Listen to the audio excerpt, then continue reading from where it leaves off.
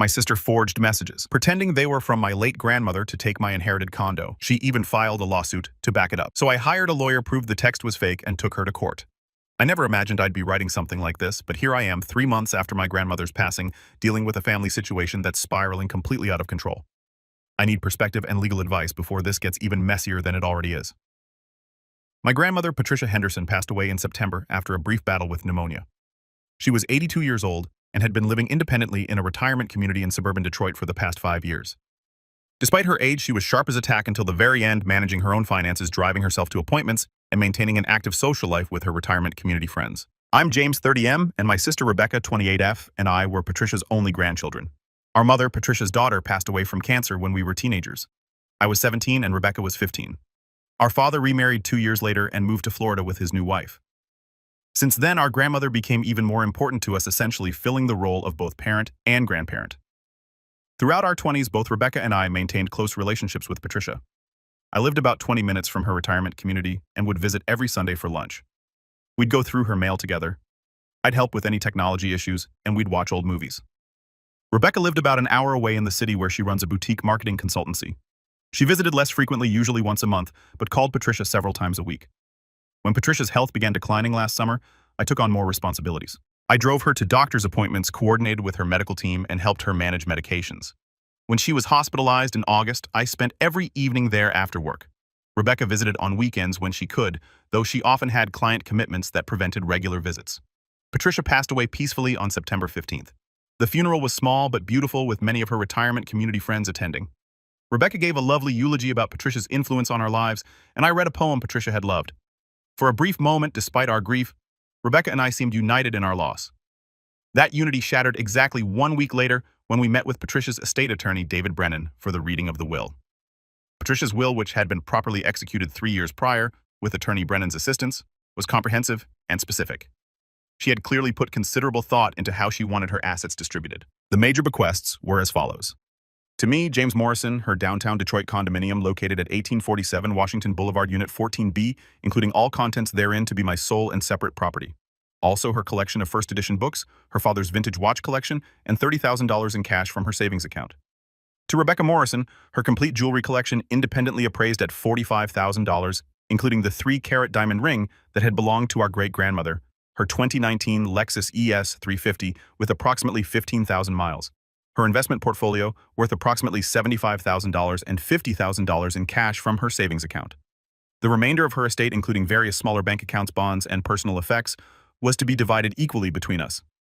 At first, Rebecca seemed satisfied with the distribution. She even commented that Patricia had been more than fair and that the jewelry collection included pieces she'd admired since childhood. We agreed to work together to clean out Patricia's apartment at the retirement community and handle the estate settlement cooperatively. Everything changed 2 weeks later when Rebecca actually saw the downtown condo. The property is a 2-bedroom, 2-bath unit in a restored 1920s building in Detroit's Capitol Park district. Patricia had purchased it 15 years ago for $150,000 when the area was still recovering from the economic downturn. With the recent revitalization of downtown Detroit, comparable units in the building are now selling for $400,000 to $450,000. The condo features original hardwood floors, exposed brick walls, 12-foot ceilings, and enormous windows overlooking the park. Patricia had furnished it beautifully with a mix of vintage and contemporary pieces. Rebecca's first words upon entering were, "This is worth way more than what I got."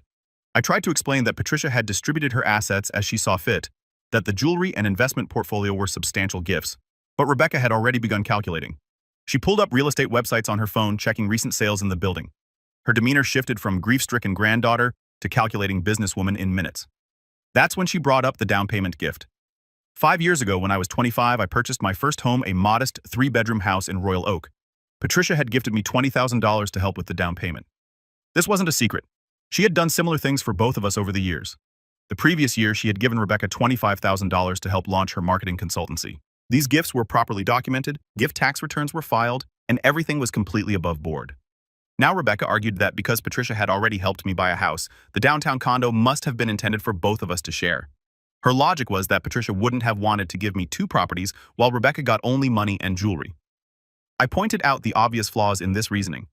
First, the $20,000 gift from 5 years ago was exactly that, a gift completely separate from any inheritance. Second, Patricia's will was explicit about who should receive the condo. The language couldn't have been clearer. To my grandson, James Morrison, I leave my condominium located at 1847 Washington Boulevard, Unit 14B, Detroit, Michigan, including all contents therein to be his sole and separate property. Rebecca's response was to question whether Patricia had been fully aware of the condo's current value when she wrote the will 3 years ago. She suggested that Patricia must have thought the values were more equal and would have wanted to update her will if she'd known about the appreciation. This argument ignores the fact that Patricia was incredibly financially savvy. She had worked as a bookkeeper for 40 years, managed her own investment portfolio, and regularly reviewed her assets with a financial advisor. The idea that she didn't know what her own property was worth is insulting to her memory. Over the next few weeks, Rebecca's position hardened. She began telling family members that I was taking advantage of the situation and being greedy. She twisted the narrative to make it seem like I was somehow stealing from her, conveniently omitting the substantial assets she did receive. The situation escalated when Rebecca demanded a key to the condo. She texted me saying she needed access to evaluate the property and determine fair compensation. When I refused, explaining that the property was mine, according to the will, she accused me of hiding something. Her text read, "If you have nothing to hide, why won't you let me in? I have a right to see what you're getting." Patricia was my grandmother too. I responded that she had already seen the property during our initial visit and that I wasn't comfortable giving her unsupervised access to my inheritance. This led to an increasingly hostile series of messages where she accused me of being selfish, dishonoring Patricia's memory, and destroying our family. Last week, things took a formal turn.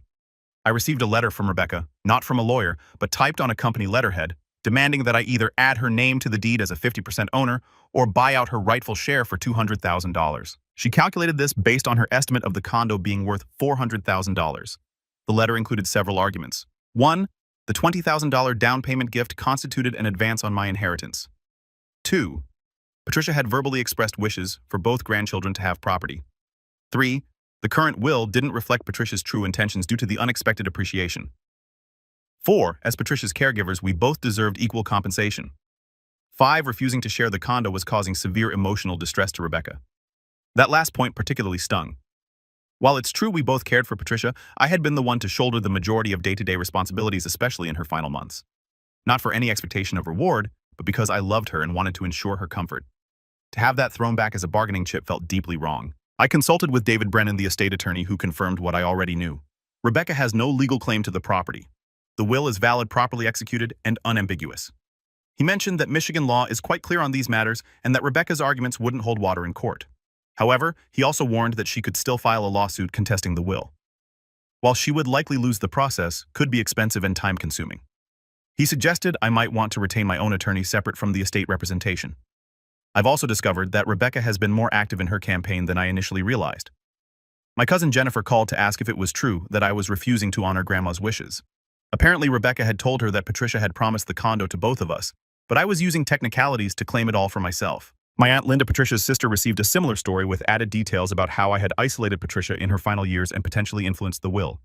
This is particularly hurtful given that I had regularly encouraged family visits and had even set up video calls for Patricia with out-of-state relatives during COVID.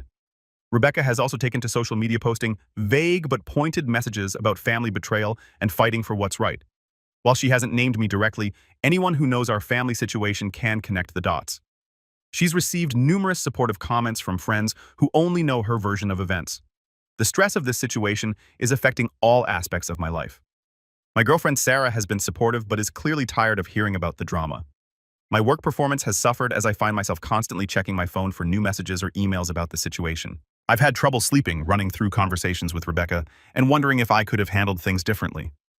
What makes this particularly painful is that Rebecca and I had a decent relationship before this. We weren't best friends, but we got along well enough. We had different personalities. I'm more introverted and steady. She's more outgoing and ambitious, but we'd always supported each other through major life events. Now I feel like I'm seeing a side of her I never knew existed. I've tried to understand her perspective. Perhaps she's struggling financially more than I knew. Maybe the grief is manifesting as anger, or possibly she genuinely believes she's been wronged. But none of these explanations justify her current behavior or make her demands any more reasonable. Today, I received a text from Rebecca saying she's hired a lawyer and will be pursuing all legal options to ensure fair treatment. She added that this was my last chance to do the right thing before things get really ugly.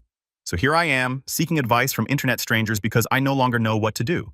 Part of me wants to offer her something, maybe $50,000 just to make this go away, but my friends and Sarah say that would be rewarding bad behavior and potentially opening me up to future demands. Another part of me wants to fight this on principle. Patricia made her wishes clear, and I feel like I'd be dishonoring her memory by not following through with them. Plus, I had plans for the condo. I was going to rent it out for additional income while I continue living in my house. That rental income would help me save for the future and maybe start a family with Sarah in a few years.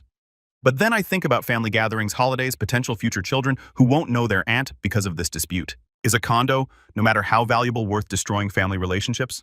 My specific questions are: 1. Should I preemptively hire my own attorney, or wait to see if Rebecca actually files suit? 2. Can she really contest a will on the grounds she's suggesting? 3. Would offering a settlement make me look guilty or weak in future proceedings? 4. Has anyone dealt with similar family inheritance disputes? How did they resolve? 5. Am I being unreasonable in refusing to share something I was specifically given? I know this is long, but I needed to get it all out. Any advice, perspective, or similar experiences would be greatly appreciated. I feel like I'm losing my mind and my family simultaneously. Edit. Located in Michigan. The condo is in Detroit. The will was executed in Oakland County, where Patricia lived. Update 1, 3 weeks later. Sister produced fake text messages from deceased grandmother about condo being jointly intended. I want to thank everyone who responded to my original post. Your advice and perspectives gave me the courage to stand firm and hire my own attorney, which turned out to be the best decision I could have made, given what happened next. For those who didn't see my original post, my grandmother Patricia left me her downtown Detroit condo in her will. My sister Rebecca received other valuable assets, but is claiming the condo should be jointly owned because our grandmother gave me money for a house down payment 5 years ago. Following the advice I received, I hired my own attorney, Michael Chen, who specializes in estate disputes and has seen every family drama imaginable. His words: the retainer was painful, $5,000, but Sarah convinced me it was necessary protection. Michael's first action was to send Rebecca a formal letter outlining the legal reality. The will was valid, her claims had no merit, and any further harassment would be met with legal action. He offered to meet with her attorney when she retained one to discuss the matter professionally. Rebecca's response came a week later in the form of a request for a family meeting to resolve this amicably. She suggested we meet at a neutral location, a coffee shop downtown, to work through this, like adults who loved their grandmother. Michael advised me to attend, but to bring him along. He said it would either lead to resolution or provide valuable information about her intentions. I agreed, though I was skeptical about Rebecca's sudden desire for amicable resolution. The meeting was last Tuesday at 2 p.m. I arrived with Michael to find Rebecca already there with her boyfriend Tyler. She immediately objected to my bringing lawyers into a family discussion, conveniently ignoring that she had threatened legal action multiple times. After some tense back and forth, Rebecca said she had something important to share that would change everything. She pulled out her phone and showed us printed screenshots of text message conversations allegedly between her and Patricia. The messages dated back 2 years and included several exchanges about the condo. Key excerpts included: Rebecca, dear, I want you and James to share the downtown condo when I'm gone. He already has his house, so it only seems fair. Don't worry, sweetie. I'll make sure the condo arrangement is clear. You both deserve to have a place in the city. I'm planning to update my will next month to reflect our discussions about the condo. You and James will both be taken care of. That last message was allegedly sent just 6 weeks before Patricia passed away. I stared at these messages in shock, not because I believed them, but because they were so obviously fake that I couldn't believe Rebecca thought anyone would fall for them. Here's why. First, the writing style was completely wrong. Patricia texted like a typical 82-year-old. Short messages often in all caps, lots of ellipses, and frequent autocorrect errors. These messages read like a 28-year-old trying to sound like a grandmother. Perfect grammar, proper punctuation, and modern phrasing Patricia never used. Second, Patricia exclusively used voice-to-text for longer messages, which always resulted in hilarious misinterpretations. I have dozens of texts from her where grocery store became grossly story or love you dear became love you beer. These fake messages had none of those characteristic errors. Third, and most damningly, one of the messages referenced Patricia being at the cottage this weekend. Patricia hadn't owned her cottage for 3 years. She sold it in 2021 when maintenance became too much. Rebecca apparently forgot this crucial detail when crafting her fiction.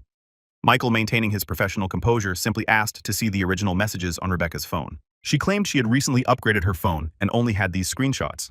When asked why she hadn't mentioned these crucial conversations during the initial estate proceedings, she said she hadn't realized their legal significance until consulting with friends. I couldn't contain myself anymore. Becca, I was with Grandma the entire week this message was supposedly sent. She had just gotten out of the hospital after her fall. She could barely hold her phone, let alone type out elaborate messages about estate planning. Rebecca's face flushed. She must have sent them when you weren't there. You didn't monitor her 24/7? James, stop acting like you were her only grandchild. Tyler interjected. Maybe you just didn't know Patricia as well as you thought. Rebecca had a special relationship with her. Michael shut down the conversation professionally. He stated that these screenshots would need to be properly authenticated before they could be considered evidence of anything. He requested specific information, the phone number they were sent from, complete metadata, and access to Patricia's phone records. Rebecca became defensive, saying we were attacking her and calling her a liar. She accused me of turning the family against her and said Patricia would be ashamed of how I was treating my only sister. The meeting ended with Rebecca storming out, but not before delivering a parting shot. I know what Grandma wanted, James, and I'm going to make sure her wishes are honored with or without your cooperation. The aftermath of this meeting has been intense. Rebecca has doubled down on her story, now sharing these screenshots with extended family members. She's created a narrative where I'm suppressing Patricia's true wishes for my own gain. My cousin Mark called me yesterday confused. James, why didn't you mention these texts before if Grandma really wanted you both to have the condo? I had to explain the suspicious nature of the messages, but it sounds crazy to say your sister is forging texts from your dead grandmother. Michael has been invaluable during this time. He immediately requested Patricia's phone records from her carrier and began the process of forensic analysis on the screenshots. He also advised me to gather evidence of Patricia's typical communication style and her physical condition during the time frame in question. I've spent the last week compiling genuine text exchanges between Patricia and me, showing her actual writing style medical records from Patricia's August hospitalization, showing her limited mobility calendar entries proving I was with her during the alleged message time statements from retirement community staff about Patricia's condition and capabilities, and screenshots of Patricia's Facebook posts, rare but telling, showing her actual writing style. The most helpful evidence came from an unexpected source. Patricia's friend Dorothy from the retirement community reached out after hearing about the family drama from my aunt. Dorothy had been Patricia's closest friend and had dozens of text exchanges with her. She was horrified by Rebecca's claims and immediately offered to provide her messages as evidence of Patricia's actual texting style. Even more importantly, Dorothy revealed that Patricia had explicitly discussed the condo with her just 2 months before passing. According to Dorothy, Patricia said, "I'm leaving the condo to James. He's been so helpful and it will give him good rental income. Rebecca is getting mother's jewelry and good money. She'll be fine." I've also discovered more about Rebecca's financial situation. Her marketing consultancy isn't as successful as she portrays. A mutual acquaintance let slip that Rebecca lost her biggest client 3 months ago and has been struggling to pay her office rent. This context makes her desperate grab for the condo more understandable, though not excusable. The family divide has deepened. Some relatives have chosen sides, others are trying to stay neutral.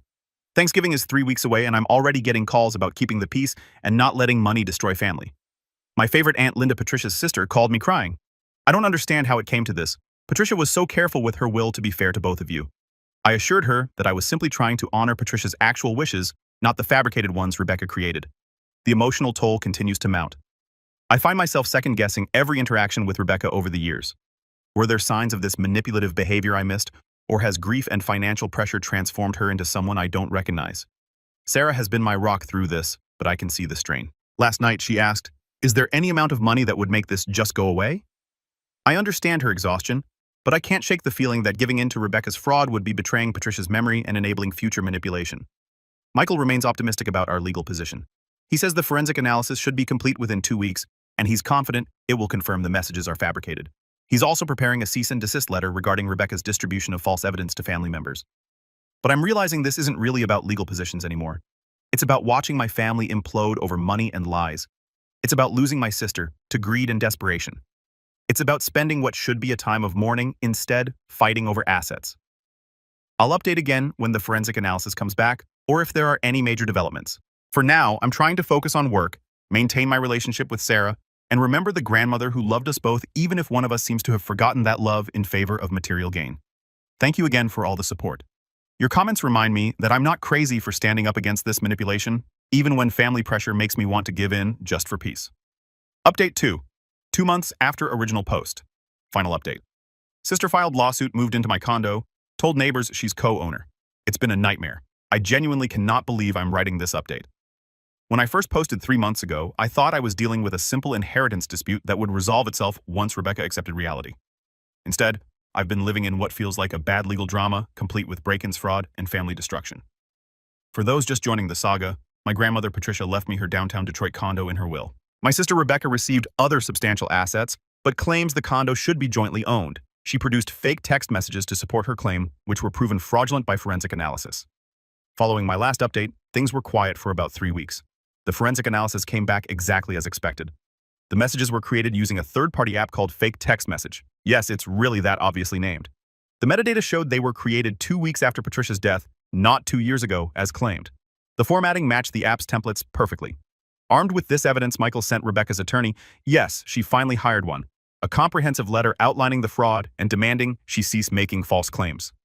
We offered to not pursue criminal charges if she dropped all claims to the condo and stopped spreading false information to family members. Their response was to file a lawsuit. 2 weeks ago, I was served at work, which was professionally embarrassing. Rebecca's lawsuit claims 1 constructive trust based on Patricia's verbal promises, 2 unjust enrichment due to the previous $20,000 down payment gift, 3 undue influence over Patricia in her final years, 4 breach of fiduciary duty as co-caregiver, 5 intentional infliction of emotional distress. Her attorney Kevin Walsh seems to be taking a throw everything at the wall approach. The complaint is 47 pages of dramatic language and wild accusations, including claims that I systematically isolated Patricia and manipulated her into disinheriting Rebecca. But the lawsuit was just the beginning of the nightmare. Last Thursday afternoon, I received a call from George, the security guard at the condo building. His exact words were, "Mr. Morrison, your sister is here with a moving truck. She says she's moving into her unit. I wanted to verify with you before letting her up." I immediately told him she had no right to be there and headed downtown, calling Michael on the way. By the time I arrived 45 minutes later, I found a small moving truck parked outside and Rebecca in the lobby arguing with George. She had somehow obtained a key. I later learned she convinced a locksmith she was locked out of her condo, showing the lawsuit as proof of ownership. She had already sweet-talked a different building employee into helping her move boxes up to the unit before George's shift started. When I confronted her in the lobby, she remained eerily calm. "I'm just moving into my property, James. My attorney says I have every right to access the condo while our ownership dispute is pending." I called the police, but the situation was more complicated than I expected. Rebecca showed the officers the lawsuit paperwork and claimed to be a legal co-owner. The officer said it appeared to be a civil matter and suggested I get an emergency court order if I wanted her removed. They wouldn't even treat it as trespassing. By the time I got up to the condo, Rebecca had already moved in several boxes, a desk, 2 chairs, and was in the process of setting up a computer in the second bedroom. She had hung up a whiteboard with her company logo and was arranging office supplies on the desk. "This is perfect for my client meetings," she said, as if we were having a normal conversation. "The view is so much better than my current office. We really should have been sharing this space all along." I was speechless. My sister was standing in my condo acting like she owned it while I stood there powerless to stop her. Michael advised me not to physically remove her or her belongings, as that could be used against us in court. That night was one of the worst of my life. I stayed in the condo's primary bedroom while Rebecca occupied the second bedroom. She actually had the audacity to knock on my door at 10 p.m., asking for the Wi-Fi password and suggesting we work out a roommate agreement.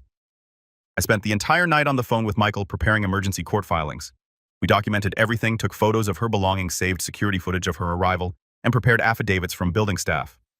Over the next 3 days while waiting for our emergency hearing, Rebecca made herself completely at home. She changed the building's contact records to include her name and phone number as co-owner. She told multiple neighbors that she had recently resolved an inheritance dispute and would be using the condo for her business. She posted on Instagram and LinkedIn about her new downtown office space, including photos taken from the condo windows. She scheduled and conducted 2 client meetings in the condo. She had mail forwarded to the address and received several packages. She even hung artwork on the walls and brought in plants for ambience. The most surreal moment was when I came home from work on Saturday to find her hosting a small networking event for 5 other young professionals. She introduced me to her guests as her brother and roommate, who was adjusting to the new arrangement. Monday's emergency hearing was a circus. Rebecca showed up dressed impeccably, carrying a leather portfolio and looking every inch the successful businesswoman. Her attorney argued that she had a colorable claim to ownership and should be allowed access during litigation. He actually used the phrase self-help remedy to describe her breaking into my property. Michael thankfully came prepared for war. He presented the original will, clearly stating sole ownership. The forensic report proving the text messages were fraudulent security footage of Rebecca obtaining the key through false pretenses, building records showing I was the sole owner on file, police reports from the incident, screenshots of her social media posts claiming ownership, and affidavits from neighbors about her false representations. The judge, Honorable Margaret Chen, was visibly annoyed by the entire situation. She questioned Rebecca directly about the fraudulent text messages, and Rebecca's response was to cry and claim she remembered them differently and might have been confused by grief. Judge Chen wasn't buying it. She granted our emergency injunction ordering Rebecca to immediately vacate the property, surrender all keys, and cease representing herself as an owner to any third parties. She also scheduled an expedited hearing on our motion to dismiss the lawsuit. Rebecca's courtroom composure cracked. She accused me of stealing her inheritance and dishonoring our grandmother's memory. She actually told the judge that I was being cruel to my only sister and that family should matter more than property. Judge Chen's response was sharp. "Ms. Morrison, family should matter more than property. Perhaps you should have considered that before filing this lawsuit and unlawfully entering your brother's home." The judge gave Rebecca 24 hours to remove her belongings under police supervision. She also granted our request for a restraining order preventing Rebecca from coming within 100 feet of the condo building. The next day's move out was tense. Rebecca arrived with Tyler and 2 friends, all of whom glared at me like I was the villain. She made passive-aggressive comments throughout. "I hope you're happy, James. You got what you wanted. Grandma would be so disappointed in how you've treated me. This condo means more to you than your own sister. I can't believe you called the cops on your own family. She had managed to spread her belongings throughout the entire condo in just 4 days. It took 3 hours to ensure everything was removed. I documented the entire process with video and photos on Michael's advice. Before leaving, she looked me in the eye and said, "You may have won this round, but I know what Grandma wanted. This isn't over." The aftermath has been extensive. I immediately changed all locks and had a security system installed. Building management was mortified by the security breach and has implemented new procedures. They've also banned Rebecca from the property. Michael is pursuing sanctions against Rebecca and her attorney for frivolous litigation. We're seeking reimbursement for all legal fees, the security system, and lock changes. The forensic evidence of fraud has been forwarded to the prosecutor's office for potential criminal charges. The family fallout has been severe. Rebecca has painted herself as the victim to anyone who will listen. Some relatives have bought her story, others see through it, and many just want to stay out of it. Thanksgiving was canceled after it became clear that any family gathering would be a disaster. My Aunt Linda tried to host a modified dinner, but when half the family refused to come if the other half was invited, she gave up. The investigation into Rebecca's finances revealed the depth of her desperation. She owes 3 months of back rent on her office space, has maxed out her credit cards, and borrowed money from multiple family members. Her business has essentially collapsed with only 2 remaining clients. This explains, but doesn't excuse her behavior. Through all of this, I've been seeing a therapist to process the grief not just for Patricia, but for the sister I've lost. Dr. Williams has helped me understand that Rebecca's actions aren't really about the condo. They're about desperation, entitlement, and maybe some deep-seated resentment I never recognized. I've also learned some hard truths about family. Blood doesn't guarantee loyalty or decent behavior. Sometimes protecting yourself means accepting that a relationship is irreparably broken. Some relatives have surprised me with their support. Others have disappointed me with their willingness to enable Rebecca's behavior. My cousin Jennifer, who initially believed Rebecca's lies, reached out last week to apologize. She had asked Rebecca for proof of the text messages and was blocked on all social media in response. That opened her eyes to who was really lying. Patricia's friend Dorothy has been a godsend. She regularly checks in and reminds me that I'm honoring Patricia's actual wishes, not the fantasy Rebecca created. She even testified at the emergency hearing about Patricia's true intentions. As for the lawsuit itself, we have a hearing next month on our motion to dismiss. Michael is confident it will be thrown out, especially given the evidence of fraud. He's less optimistic about recovering legal fees as Rebecca likely has no assets to collect from. I've started the process of renting out the condo, though I now have to disclose the recent legal dispute to potential tenants. The rental income will help offset the mountain of legal bills I've accumulated. My initial plan to use it for financial security has morphed into hoping I break even after this mess. Sarah and I are still together, though this ordeal has tested our relationship. She's been supportive but admitted last week that she never wants to go through something like this again. We're in couples counseling to work through the stress this has caused. The most tragic part is that Patricia's estate, which she carefully planned to provide for both grandchildren, has instead torn us apart. The woman who loved family above all else would be heartbroken to see what's happened. I don't know if Rebecca and I will ever speak again. Part of me mourns the relationship we had. Another part recognizes that someone capable of this level of deception and manipulation isn't someone I want in my life. The sister I thought I knew maybe never really existed. To those asking why I didn't just give her money to make it go away, I considered it. But ultimately this was about more than money. It was about truth, respect for Patricia's wishes, and not rewarding fraudulent behavior. If I had given in, what would have been next? Would she have come after my house, my future inheritance from other relatives? I'm sharing this story as a cautionary tale. Get your own attorney in inheritance disputes, even with family. Document everything obsessively. Don't assume family members will act reasonably when money is involved. Stand firm when you're in the right, even when it's painful. Consider security measures for inherited property immediately. Most importantly, remember that honoring someone's actual wishes is more important than keeping the peace with those who would distort those wishes for personal gain. Patricia deserved better than this outcome. She deserved grandchildren who honored her memory rather than fighting over her assets. I can't control Rebecca's actions, but I can ensure that Patricia's actual wishes are respected, even if it costs me my sister. Thank you to everyone who has followed this story and offered support. Your comments helped me stay strong when family pressure nearly broke me. I hope none of you ever experienced something similar, but if you do, know that you're not alone in dealing with family members who put greed above relationships. This is hopefully my final update. The condo is secure, the lawsuit is likely to be dismissed, and I'm moving forward with my life. It's not the outcome I wanted, but it's the one Rebecca forced through her choices. Rest in peace, Patricia. I'm sorry your legacy became a battleground, but I promise your true wishes will be honored.